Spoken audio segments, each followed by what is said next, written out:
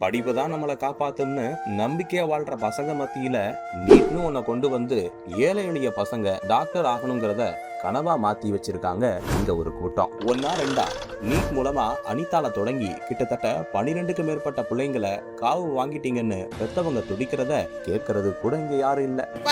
டாக்டருக்கு தான் ஆசைப்பட்டு சின்ன வயசுல இருந்து சொன்னா விட்டுட்டேன். எக்ஸாம் எழுதி ஃபெயில் ஆனா தற்கொலை பண்ற நிலைமை மாறி இப்ப நீட் எக்ஸாமுக்கு பயந்தே தற்கொலை பண்ற நிலைமையில இருக்காங்க நம்ம பசங்க. என் பிள்ளைக்கு வந்த நிலைமை வேற யாருக்கும் வரக்கூடாதுன்னு பெத்தவங்க கதறாங்க. சில பெத்தவங்க தற்கொலையும் பண்ற நிலைமைக்கு போறத நினைச்சா மனசு பதறுது. நீட் ரகசியம் எங்க கிட்ட இருக்குன்னு சொன்னவங்க இப்ப என்ன ஆனாங்கன்னே தெரியல. நம்ம பாயாசமும் பாசிசமும் கூட்டு சேர்ந்து விளையாட நம்ம பிள்ளைங்க வாழ்க்கை தான் கிடைச்சதான்னு மக்கள் குமுறிட்டு இருக்க இந்த போலி கூட்டத்தோட முகமுடிய கிழிக்க யாரு இருக்கான்னு தேடணும். ஆனா அரசியலுக்கு வர்றதுக்கு முன்ன நீட்னால நடக்கிற பிரச்சனைகளை உணர்ந்து அதுக்காக குரல் கொடுத்தாரு நம்ம தலைவர் விஜய். மாணவர்களுக்கு மட்டுமல்ல, மாநில உரிமைகளுக்கு எதிராக நீட் இருக்குன்னு தைரியமா குரல் கொடுத்து நீட்ல இருக்கிற குளறுபடியால நீட் மேல நம்பிக்கை இல்லைன்னு உறக்க சொன்னவரு நம்ம தலைவர். அண்ணா அண்ணான்னு கூப்பிட நம்ம பிள்ளைகளுக்கு நிரந்தர பாதுகாப்பு தரணும்னு முடிவு பண்ணி மாற்றத்தை தேட இளம் தலைமுறையும் நம்பிக்கையா களத்துக்கு வந்திருக்காரு தலைவர் விஜய்.